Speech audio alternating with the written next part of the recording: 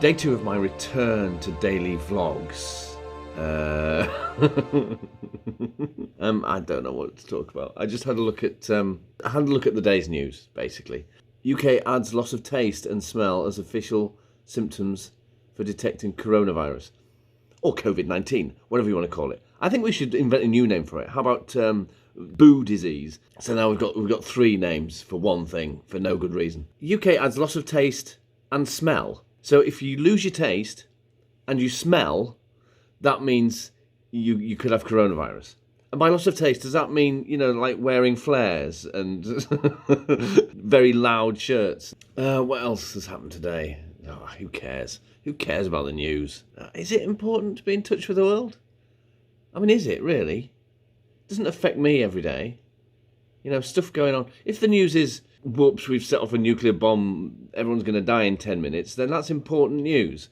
But most of it isn't. Even if it is, the corona thing, it's quite important to know about that stuff.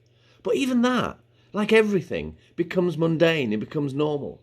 When the lockdown first happened, it was kind of scary. It was like the world was just slowing down and coming to a stop. And everybody was talking about it, and people that I knew, especially people that I worked with, were kind of panicking a little bit and worried and staying away from each other. And now, over a month later, it's kind of like boring. It's sort of like, oh, let's just get back to normal, please. People are dying, obviously, and I don't mean to disrespect that. After all this time, I only know of one person who's died from it, who's anyone I vaguely know, and he was an old neighbour from where I used to live. And I'm not saying that that's trivial or anything. I'm just saying there's not enough evidence right in front of our eyes of anything really serious happening for us to actually continue this feeling of panic and fear and defence and safeguarding. But then there are still people out there who are afraid. I don't know really where I'm going with this. My view on the whole thing is skewed slightly by the fact that I'm 45 now. I've never been seriously ill. And what that does to you, I don't know if there's anybody out there who's like me, who's never been seriously ill. I've had the odd cold. Food poisoning is probably the worst thing I've had, and that's just my stupid fault for eating food that's clearly off. So what I'm getting at is I've no experience of being ill, really, and it has made me blasé about the presence of illness. But it kind of educates you to feel impervious, to feel invincible. So I walk around, I don't wear a mask, I don't even wash my hands as often as I should do, a couple of times a day, really. This will come back to haunt me, probably. In my work environment, where I work, everybody's sort of used to being around each other. So there's not the distancing so much now, even though there should be. There's loads of posters up saying, keep social distancing. And people are gathering around in groups to read these posters. So I'm still accustomed to being close to people. And it's funny, like I see people in the street that I haven't seen for a while. And I instinctively go over to talk to them, and they back off, and I sort of like, and it makes me kind of go, oh God, and I hesitate, and it makes me remember that people are afraid to be close to each other now, and I'm just not. And I think it's not. I'm not saying that I'm fearless or anything. I'm just saying that I'm not, partly because I'm working in an environment where people have to be close to each other, and secondly, I've never feared illness because I've never been ill.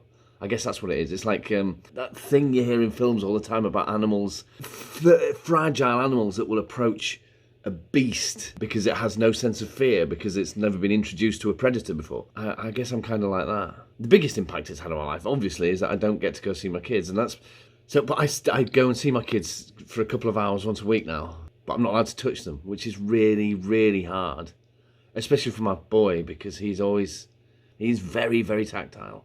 It's very hard to not, pick him up and hold him and put him down again. It's very hard to put him down again because I haven't picked him up. I'm really rambling now. What did I start with? Words are good, aren't they? Words are great. What I hate, this is going to connect to what I was saying yesterday about rules. What I hate about words is sort of like word Nazis who will tell you can't use this word like that and you can't use that word. Oh, yes, I can. Yes, I can. It reminds me of my first novel I wrote when I was about 20 or something, and I showed a draft of it to a friend who showed it to his girlfriend, and his girlfriend had a note on the very first page. It's like it does a small biography of the character before it moves on to the story, and it talks about how in his university years he studied studiously, And I did that sort of tautology deliberately in order to demonstrate that he really, really studied.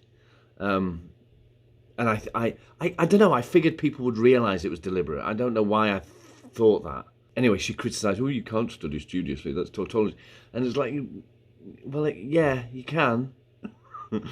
You can, actually. Because just because the two words mean the same thing doesn't mean you can't do it. They don't cancel each other out. This isn't some kind of paradox. It's just two words that derive from the same origin. And yet at the same time, I can be critical of other people making mistakes. Right, I'm going to log off now. I'm going to log off. I'm going to bog off. I'm going to get out of here. Actually, no, I'm not going to get out of here. I'm not going to go anywhere. I'm going to stay here. I'm just going to switch the camera off. I want to give a final word. I've got grey in my beard.